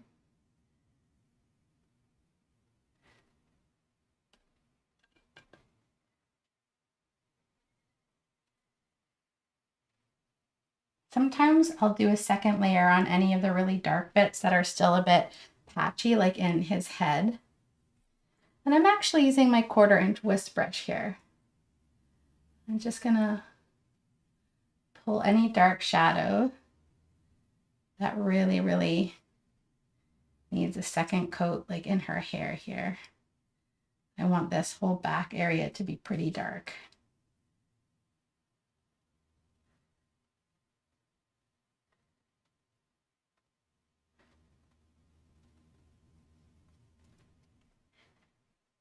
I like to take a bit of the ultramarine blue into the swing. And even a little bit of a medium magenta color, kind of right over that brown, hitting the top of the swing.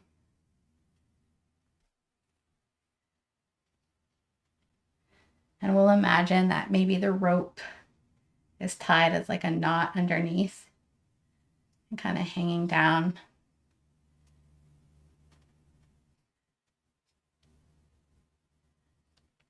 Okay.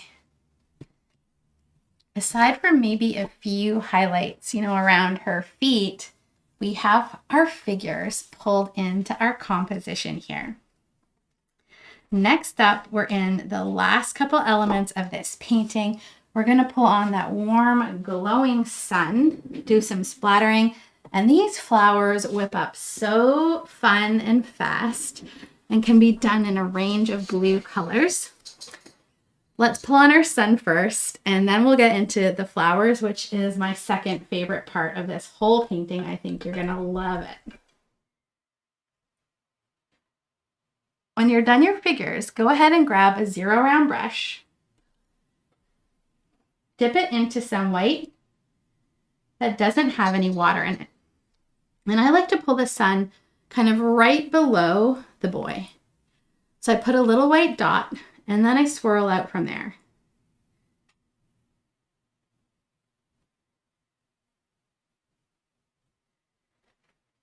To get a really opaque white, it's easier to do it in 2 coats. Rinse the white off your brush.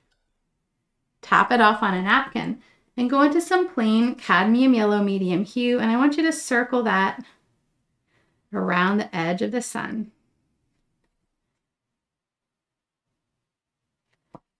So it's white in the middle.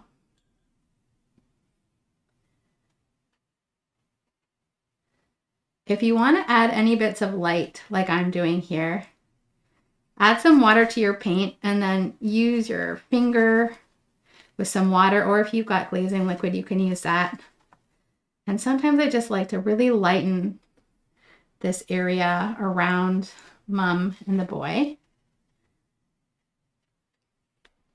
We need to be able to keep that background blended. So really add water into this paint if you're going to do this. And just a little bit around, the sun here. And I've added so much water that it's pretty much just like almost see-through. And then I just use my finger, one that maybe doesn't have blue on it. This just helps create a focal point around the character with some light. I also like to take some of this really light yellow or yellowy orange color and add that extra highlight in between our figures to really pull the eye into this part of the painting.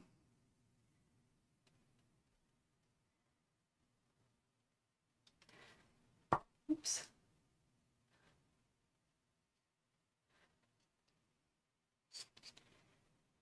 And I like to make sure that bit of a darker ring around the sun.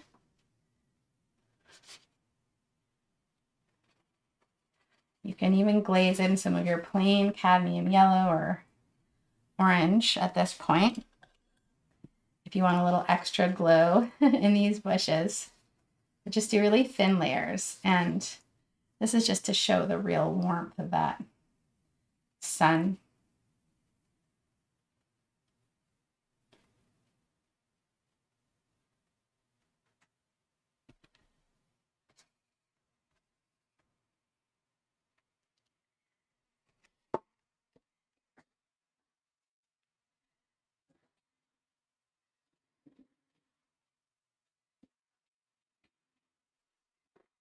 And if you want to accentuate Mom's leg, her foot, you can take a little zero round brush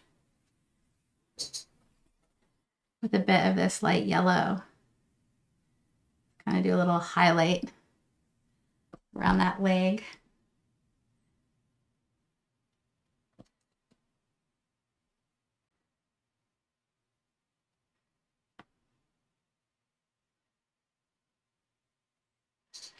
Little skirt blowing in the wind.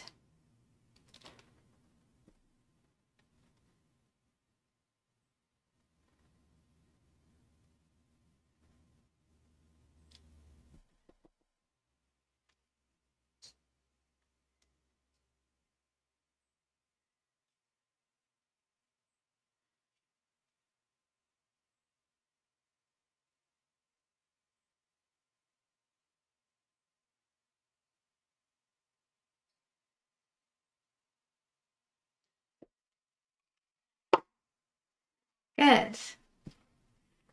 Now with our sun on here, and any kind of tweaks to the light under the swing, and you can see I did that around here. It didn't just perfectly get the light around the figures. Sometimes we have to bring background elements in if we really want to work it. And if you had trouble blending that with your fingers, you can use your fan brush too with that bit of like lots of water. Okay, and just a bit of paint on the brush. And then you can use it to kind of blend it out. The nice thing about yellow is it tends to be a bit more of a see-through color. So doing little tweaks like this in yellow isn't, say, as hard as if we had to do it in a blue, which is a really opaque color. All right. Final tweaks on this little section of the background. Because when we're done this, we are going to pull out that fan brush and do the flowers. Now, I whipped this up today to show, I wanted to show how it looks with a lighter flower color and just how fun and expressive this lower part of the painting can be. I really loved all these extra reds, which actually happened by an accident when I was painting in the background. So to finish off, we're going to pull in these umbellifer shaped flowers. So like if you know Queen Anne's lace flowers, or if you've seen dill flower, that kind of umbrella shaped flower that's made up of tiny, tiny little dots or little bits of tiny, tiny little flowers all in like an umbrella shape. That's what we're going to pull in here. Darker in this painting, lighter in this one. And here we've got the complementary colors. We've got the blue next to the orange, and it really, really radiates out. So here's the lighter color, and here up close is that darker color, which you can see up close, and from a distance, it just kind of almost melds into the background. So I like the darkness because it's all a bit of a surprise, and it looks really different in different lighting. So it actually looks quite a bit darker on camera, because the cool thing about acrylic paint when you layer thin layers is the light can pass right through the colors. As you've seen with the yellow, you can see what's underneath. So they're always a little bit transparent or translucent. So if the light passes through the blue to the dark color below, it's going to look dark. The minute I turn this, so the light is reflecting off the top, it looks brighter. And again, that depends whether the light is reflecting off the surface or reflecting down to the color below.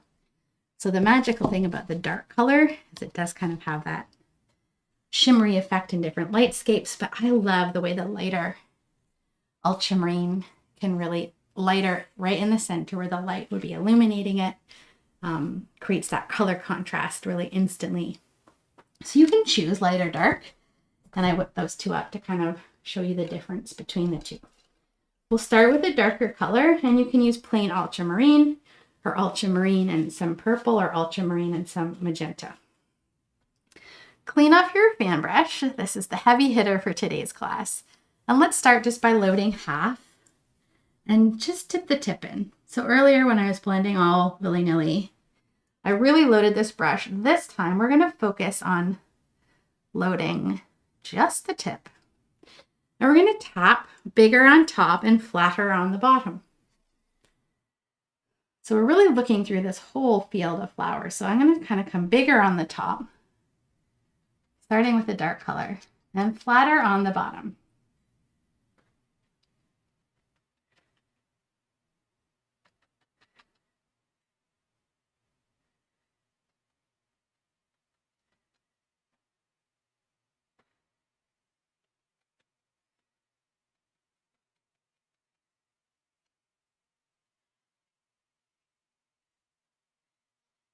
And come into some magenta, these flowers. Keep it into the dark color palette first.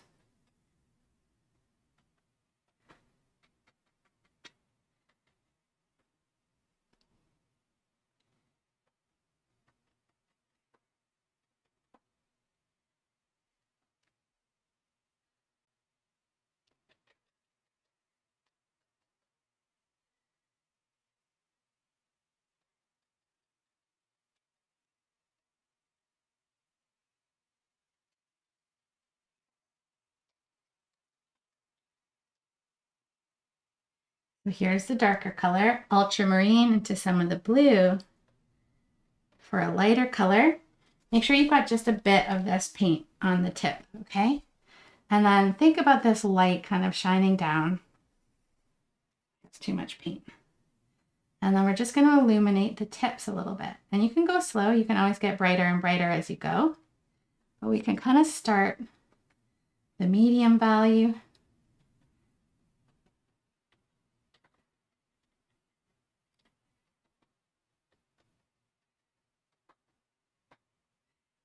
Or even a lighter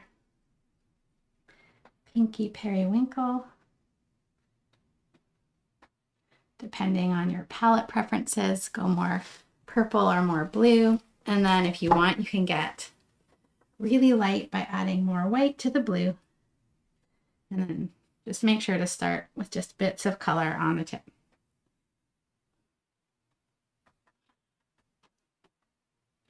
Sometimes I'll even just kind of squint my eyes, and once I have the technique down, I'll try to just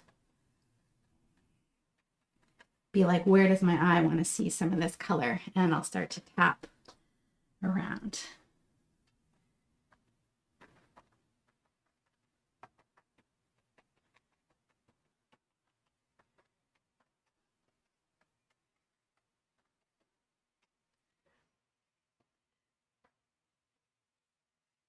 There are two final things I like to do to this painting.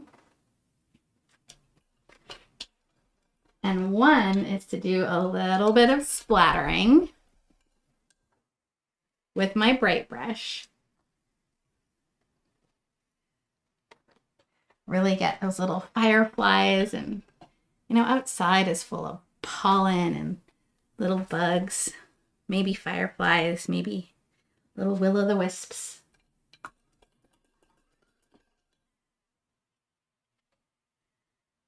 So mix some white with a little bit of yellow. So it's a very pale kind of pastel yellow color. To splatter, you need to take a small toothpaste-sized dollop of this whitish yellow. And you've got to make it as runny as 2% milk.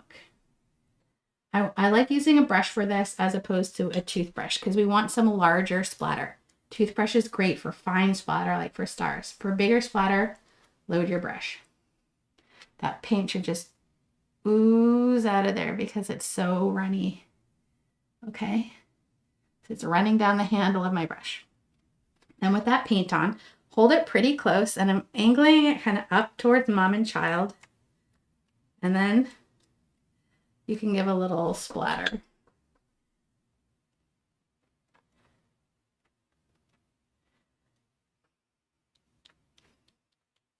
Or a big splatter, like I just did.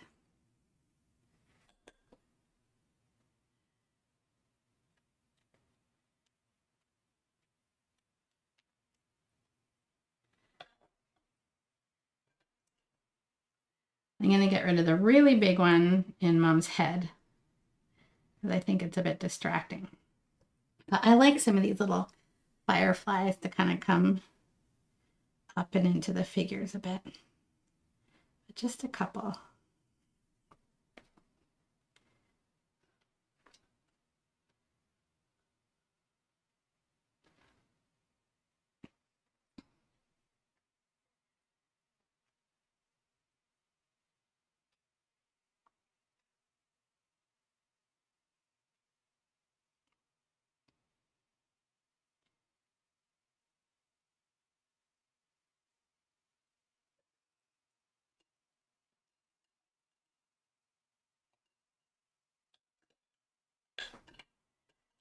Spend a few minutes now doing some final tweaky deakies.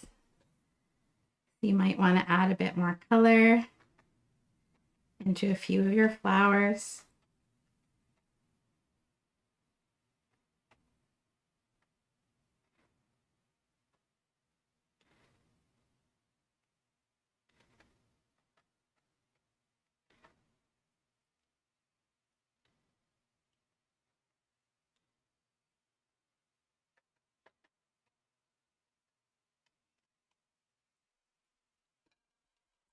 And at this time,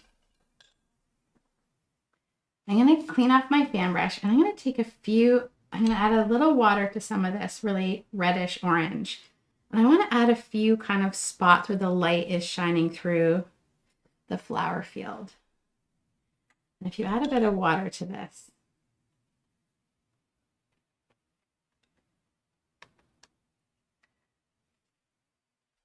or even a few little bits of extra red for a little extra luminous glow.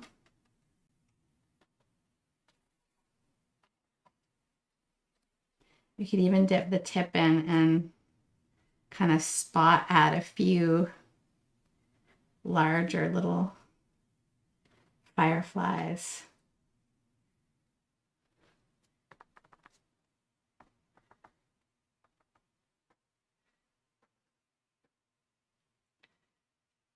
Or a few more green stems with your script liner or your fan brush. These are the final tweaks, so they'll be a bit different for everyone.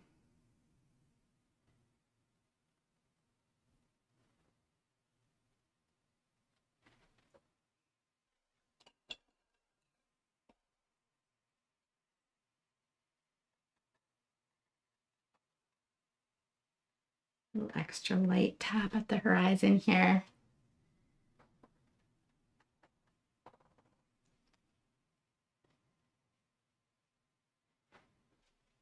When you feel like you're finished, I want you to sit back, relax, and roll your shoulders, because you just painted a magical sunset with Mom. Now I'm going to hang out a little bit. If you have any questions for me, feel free to write them in the chat now.